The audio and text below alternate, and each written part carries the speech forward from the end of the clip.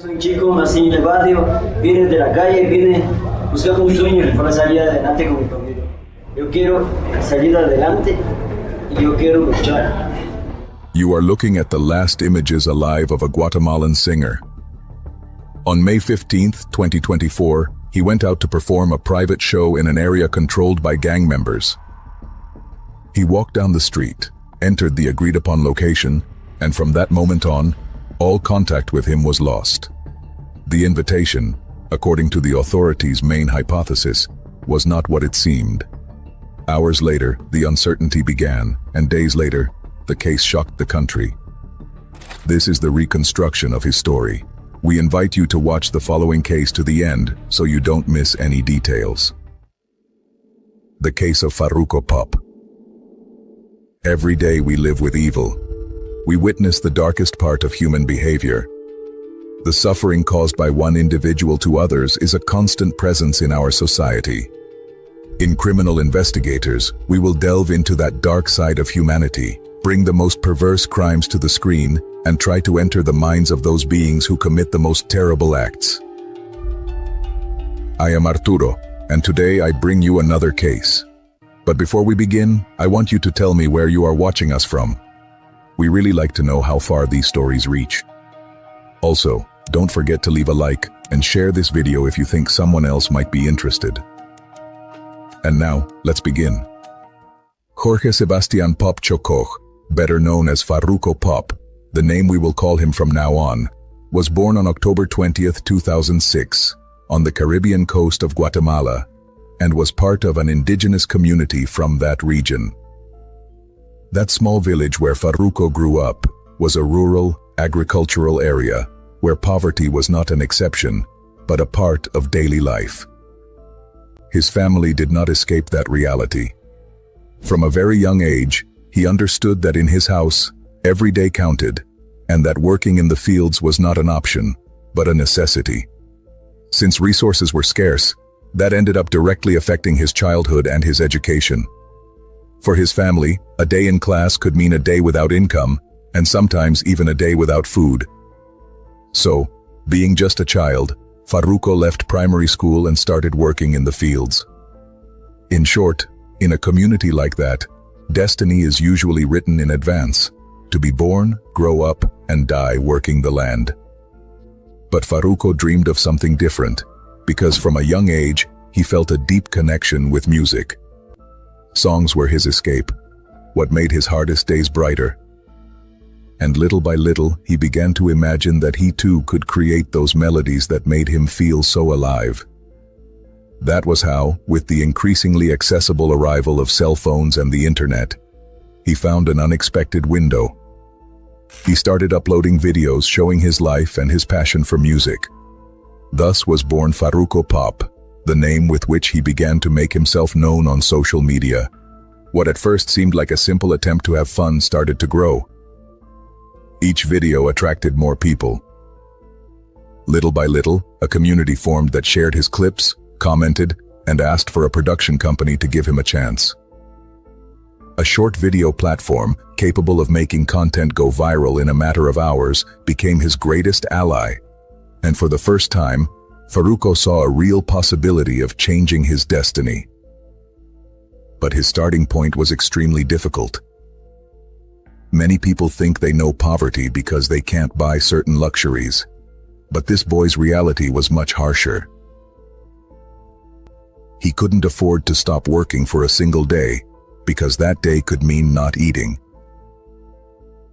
In addition, his mother tongue was not Spanish, but Quechua, an indigenous language.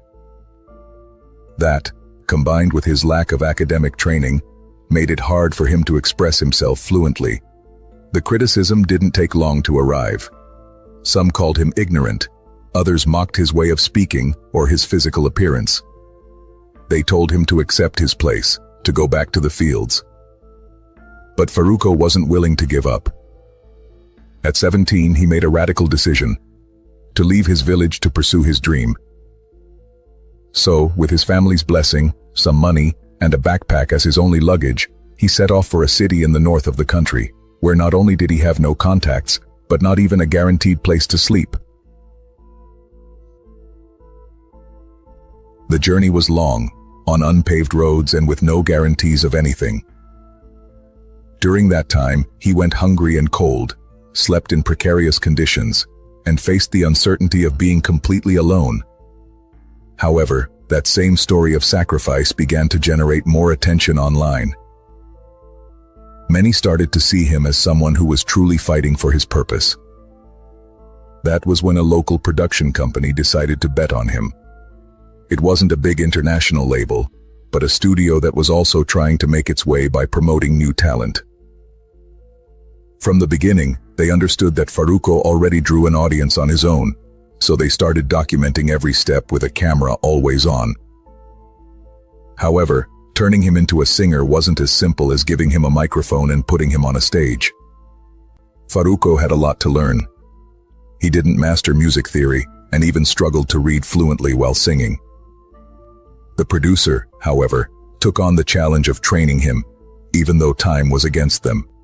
On social media, the audience demanded immediate results. His first release came in February 2023, and it was a cover of a song that was already widely known. The choice was not accidental. Months later, when the original artist performed in Guatemala, the movement on social media got that cover to his ears. The result was unexpected. Farruko was invited to go up on stage during a concert, marking one of the most important moments of his short career. That moment, when he sang in front of hundreds of people for the first time, seemed to confirm that the sacrifice had been worth it. But behind the scenes, the story was more complex. Far from his family, living under constant exposure and receiving daily criticism, the young man was exhausted, and that state was starting to take its toll. And while views were growing, his emotional stability wasn't necessarily doing the same. 4 months after leaving, Farruko returned to his village. The reunion with his family was deeply emotional, and he went viral again. But this time not for his music, but for a touching video in which he introduced his loved ones to his followers. In those images, the strong bond that united them was revealed. His grandparents, seeing how much he had progressed in such a short time, couldn't hold back their emotion. The clip, which surpassed 1 million views, showed the moment his grandmother hugged him and told him she felt happy for everything he had achieved. Then, looking at the camera, Farruko assured that since he became a content creator, he had a real opportunity to pursue his goal. In addition, Farruko showed the simplicity of his home. The reactions didn't take long to arrive. Hundreds of messages celebrated his growth, and many admitted that the scene had moved them to tears. Even so, he returned to the city where the production company kept trusting in his potential. But virality doesn't always translate into income. The platform didn't pay enough, and many of his videos were covers, which made monetization difficult. And although they tried to generate income with local advertising, the market was limited. Meanwhile, the criticism grew. Some said he was already too old to keep trying. Others claimed he hadn't achieved anything. There were even those who said they were embarrassed that he represented Guatemala. The line between artist and meme was getting thinner and thinner. Many wondered if Farruko really wanted to be a serious musician or if he was being pushed as a viral character. To become a professional artist, sooner or later he would have to leave behind the humorous tone that had made him famous. But doing so also carried the risk of losing his audience and being left without income. Despite everything, his face began to be recognized even outside the country. A video of Maluma reacting to one of his covers went viral. But fame, as is well known, is not synonymous with peace of mind. And in his case, the clearest proof was when in December, he had to spend the holidays away from his family, which affected him deeply. In January 2024, Farruko not only announced that he was retiring from social media, he assured that they would never hear his voice again. Many thought that would be his final farewell. But weeks later, he reappeared, determined to continue. Behind his apparent optimism, it was clear that he needed guidance. He kept repeating that the criticism didn't affect him, but he mentioned it constantly. His family begged him to return. His father, as it turned out, preferred that he return to the fields. He, however, chose to bet everything once more. From that moment on, he began a more intense phase of content production and sought new opportunities, including presenting himself at the auditions for La Academia, a popular music talent show. And so, when it seemed that his story was just beginning to take shape, destiny had an ending in store for him that no one imagined. On that show, contestants compete in front of a panel of judges and the public to prove who has the most talent. But it is also a space where, in search of ratings, many personal stories are amplified and presented as primetime dramas. And on that stage, Farruko did not receive preferential treatment. Despite arriving surrounded by fans asking for photos and autographs, which is unusual for an initial audition, the judges were clear and direct. For them, popularity was not enough. He, for his part, auditioned with a very well-known song. But the judges were not convinced and were clear. There was too much to work on, and the show couldn't train him from scratch, even less so when other hopefuls had much superior vocal training. Even so, a new opportunity arose from the experience. Activist and content creator Carlos Eduardo Espina, known for supporting social causes and migrants in the United States, learned about him through social media. Many users joked that they looked alike physically and started tagging him, telling him to help his long-lost brother. But beyond the meme, Farruko's story moved him. In a public video, Carlos made a strong proposal.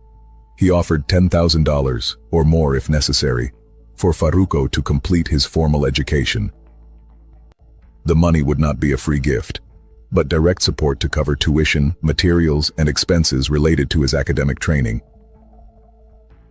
For many, it was exactly what the young man needed: stability and education. The offer went viral. Thousands of people began to pressure him on social media to accept, but the response was not what most expected. In a video, Farruko and his team reacted ambiguously. First, the boy, somewhat incredulous, asked him to contact him, and in the background, a voice kept repeating that the money should go toward his studies. Video dirigido a Carlos Espina. Esto acá en las minas, te lo digo, esta es mi palabra. Si no me conocen mi historia, yo te cuento en una videollamada. Si usted nos das tu número, te podemos llamar, te podemos contactarlo. $10,000 aquí son casi como unos 100,000 quetzales. Como 75,000 más o menos. Sí, hecho. Sería para tu estudio como él lo dice.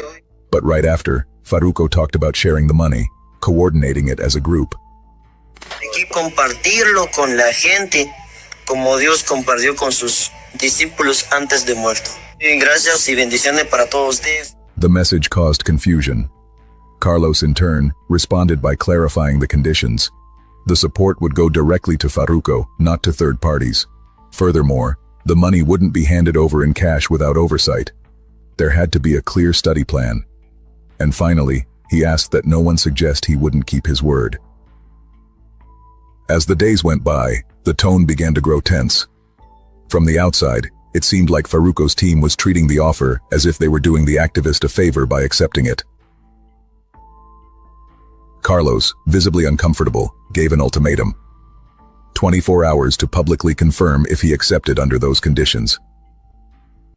The response never came, and then something more worrying happened. Not only was there no response about the money, but there were also no new videos, stories, or posts. The silence became strange. Followers started asking what was going on. Days passed, and Farruko's accounts remained inactive. Some began to speculate that someone might have harmed him, especially after his name was publicly associated with a considerable sum of money. The alarm was confirmed when his family filed a missing persons report. Farruko had been seen for the last time on Monday, May 20th, 2024, after visiting some relatives. That day, he was walking down an avenue in the historic center of Guatemala City. Several people approached him to ask for selfies. He was alone, which was unusual, since he was normally accompanied by members of his production company. Afterward, he took public transit. Cameras and testimonies allowed investigators to reconstruct part of his route. He headed toward an area known for its high crime rate. There, near a shopping center, he got out of a vehicle and boarded a mototaxi. It is presumed he was taken to an alley inside the neighborhood. From that moment on, his trail went cold. Before we continue, let's take a quick break. If you're finding this video interesting, I invite you to subscribe to the channel and leave a like. That really helps us to keep making more videos and telling these kinds of true stories. That said, now let's get back to the story. Shortly after, his phone was turned off. The anti-kidnapping prosecutor's office opened an investigation. Some young people testified that on that Monday, they had approached him to ask him to promote a business. Farruko told them he was in a hurry, said goodbye, and took a taxi. Questions were inevitable. Why did he go to that area alone? Who was he going to see? Meanwhile, on social media, speculation exploded. Some users began pointing fingers directly at Carlos. They argued that his offer might have put Farruko in the crosshairs of people who wanted to steal that money. At first, he remained silent, and that was enough for a section of the internet to attack him, calling him irresponsible and even linking him to the disappearance. A local content creator publicly questioned why he didn't speak out immediately and suggested that his offer of money had just been a strategy to gain followers. Carlos responded angrily, saying he didn't know that person and that what she was implying was serious, as they were practically holding him responsible. Finally, he clarified that if Farruko was indeed missing, he was sorry and would provide any support possible. But he was emphatic about one thing: it wasn't up to him to search for him or take on tasks that belonged to the authorities. Far from dying down, the pressure increased. Thousands of users began sharing a video in which a man claimed to have kidnapped Farruko. In the clip, the individual sent a direct message to Carlos. If he wanted to see him alive again, he had to deposit the $10,000 into a bank account. The message was clear: Farruko's future was in his hands. With tension escalating and social media debating who was to blame, in the real world, the question was much more urgent: where was Farruko? Very soon, what the authorities discovered would completely change the course of this story. Days after the disappearance, police conducted 2 raids on homes located in the area where the young man was last seen and where neighbors had reported a strong odor of decomposition days earlier. In the first property, authorities found weapons and several of Farruko's belongings, including his signature red cap, the same one he was wearing on the day of his disappearance. With that discovery, the worst-case scenario began to take shape. In the second home, which was abandoned, they noticed something strange: an area of the floor with apparently fresh cement. They decided to dig. Nearly 2 meters underground, they found a clandestine grave. Inside was a body wrapped in sheets. The remains were taken to the National Institute of Forensic Sciences. Shortly after, confirmation came. It was Farruko. His mother and brother went to identify him. The news devastated his family. According to initial investigations, Farruko had been lured to that neighborhood, specifically to an area historically known as a stronghold of the Barrio 18 gang, one of the most notorious criminal organizations in Central America. Once there, as authorities determined, he lost his life after being subjected to severe physical assaults. It was estimated that he had been buried for 4 to 6 days before being found. The question was inevitable: who could do something like this to him? As the case progressed, a hypothesis emerged. Farruko had been contacted by a supposed woman through fake social media profiles. She had reportedly set up a meeting, either for a private performance or a personal encounter. Once at the location, he was intercepted. The scenario, without a doubt, raised difficult questions. For starters, it was hard to understand why he had agreed to go alone to such a dangerous area, taking multiple forms of transit to get there. Even more so, knowing the distrust he had shown toward the public offer of financial help. On May 26, 2024, police captured 21-year-old Carlos Roberto Lopez Ortiz, identified as a suspect and linked to the gang. As he was led in handcuffs to the patrol car, a journalist asked him about his alleged role in the events, but Carlos Roberto remained silent. A 17-year-old girl, identified as Isis Daniela Cruz, was also detained. This second arrest caused an even greater shock. For 2 years, the teenager had been the subject of an active search alert for missing minors. Additionally, at the raided home, police seized a motorcycle reported stolen, 2 cannabis plants, and an altar dedicated to Santa Muerte. Furthermore, although it wasn't officially confirmed that the order came directly from gang leaders outside of prison, as part of the investigation, authorities isolated several of the organization's leaders who were incarcerated. Meanwhile, 2 days later, after his remains were transferred to his native village, the young man was buried amidst scenes of grief and music, accompanied by hundreds of people who came to say goodbye. In the midst of the mourning, Carlos Espina collaborated with Farruko's parents to finish building their house, a project that, according to those close to him, was one of the dreams the young man longed to fulfill. Social media exploded with messages of farewell and makeshift tributes. But also, as often happens, with baseless theories.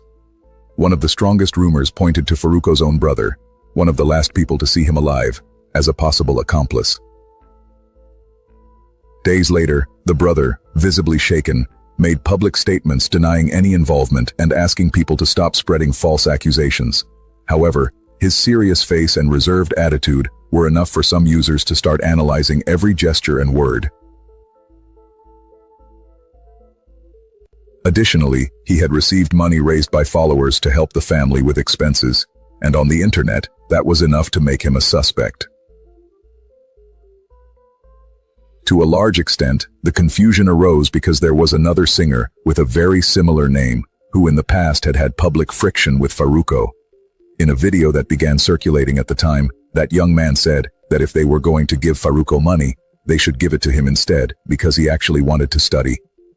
Of course, in such a context, that message did not go unnoticed. What was striking was that, despite his public stance against Farruko, that same man continued to collaborate with people from the young man's artistic circle. The coincidence fueled suspicion on social media and opened a new line of conversation, money, and control over his career. Users began to speculate that within his circle, not everyone agreed with the financial offer he had received. According to comments circulating then, some preferred the money to come with no strings attached, which would allow them to manage it with more freedom. There was also a rumor that Farruko didn't have his own bank account, and that income from performances was split between the production company and his family. None of this was officially confirmed.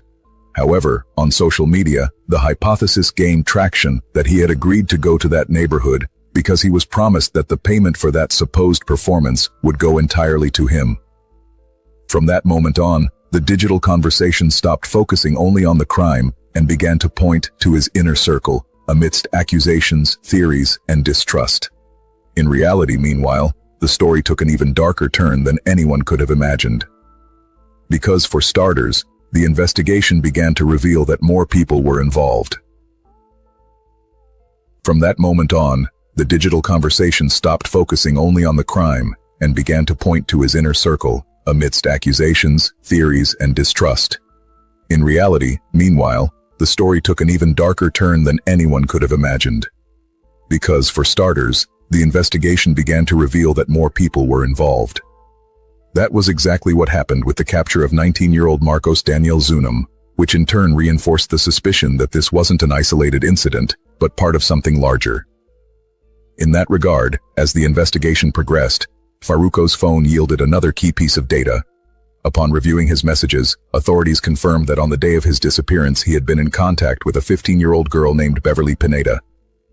They had agreed to meet, and in fact, security cameras captured them getting into a mototaxi together heading toward the same neighborhood where everything would later turn fatal. Inside a house in the area, Beverly took photos with him. These would be the last images of both of them alive.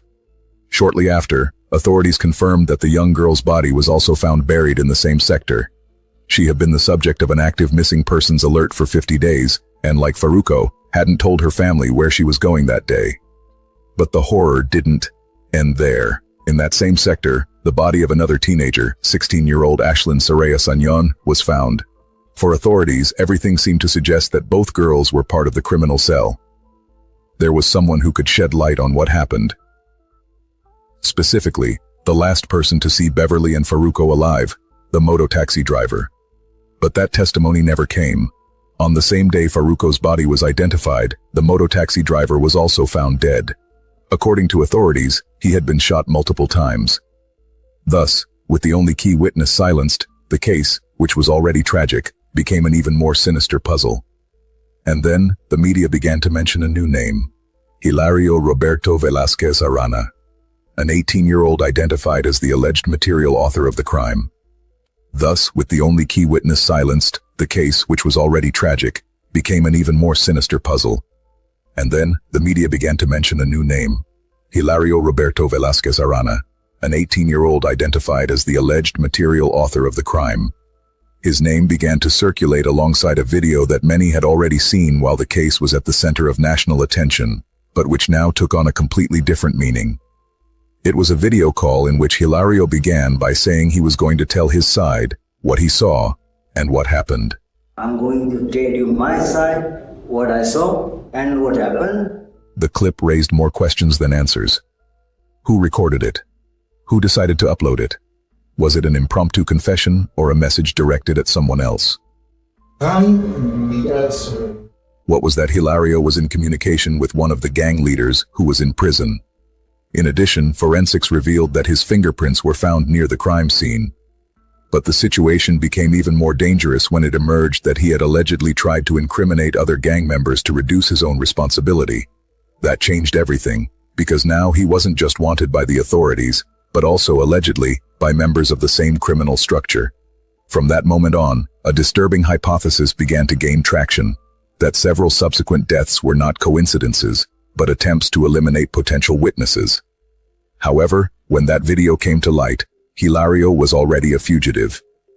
To make matters worse, shortly after, it was reported that his half-brother had lost his life violently, which was interpreted by many as retaliation. Meanwhile, Isis was prosecuted in juvenile court for her alleged involvement in Farruko's murder. During the proceedings, she was made a protected witness, which allowed her release from juvenile detention, while she cooperated with the investigation. Subsequently, the juvenile court found her guilty of murder as an accessory and imposed a 2-year sentence, in accordance with the legislation applicable to adolescents in conflict with the criminal law. Finally, in August 2025, the trial began against Carlos and Marcos, both identified as members of the gang that operated in the sector where the crime occurred. And although the trial focused specifically on Farruko's end, during the hearings, elements linked to the other deaths recorded in the area also came to light. During several hearings, the prosecution presented expert reports, testimonies, and key evidence. One of the most shocking moments was the statement of a witness who claimed to have knowledge that Hilario had also lost his life and that he might be buried in a house in the same neighborhood. In this context, a 13-year-old minor, identified as Elton Ivan Mejia, was also mentioned. Although in the initial stages he was reported as detained, new investigations determined that he was also dead, so he never faced trial. Authorities presumed that both, like Beverly and Ashlyn, had been eliminated by the same criminal structure for having committed the crime without the authorization of the gang leaders. The following month, after more than a year of investigation, the court handed down its sentence.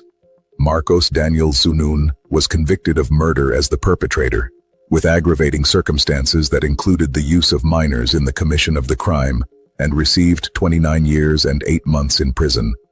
For his part, Carlos Roberto Lopez Ortiz was convicted of murder as an accessory and sentenced to 20 years and 8 months in prison.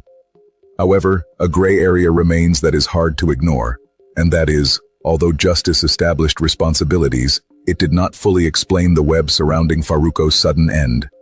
The file may be closed, but the story leaves open questions, because in the end, Beyond the criminal structures and the sentences, there remains the paradox of a young man who, swimming against the current, left his environment to pursue a dream, but ended up crossing paths with those who offered him an opportunity that turned out to be a trap.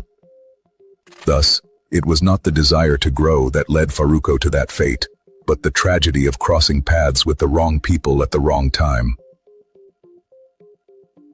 Now that you know all the details of this shocking case, do you think that if Farruko had not accepted that invitation, his fate would have been different? Or, on the contrary, do you think his environment made it inevitable that something like this would happen? Leave us your opinion in the comments. And well, dear audience, that's it for another investigation. What do you think of today's case? We would really like to read your comments, as your opinion on the cases is very important to us. Remember to always do so with the utmost respect, both for the victim and for other viewers and us who will be reading them. Before you go, leave a like and subscribe if you haven't already. Also, don't forget to share this video if you think someone you know might be interested. See you in another criminal investigation. Goodbye.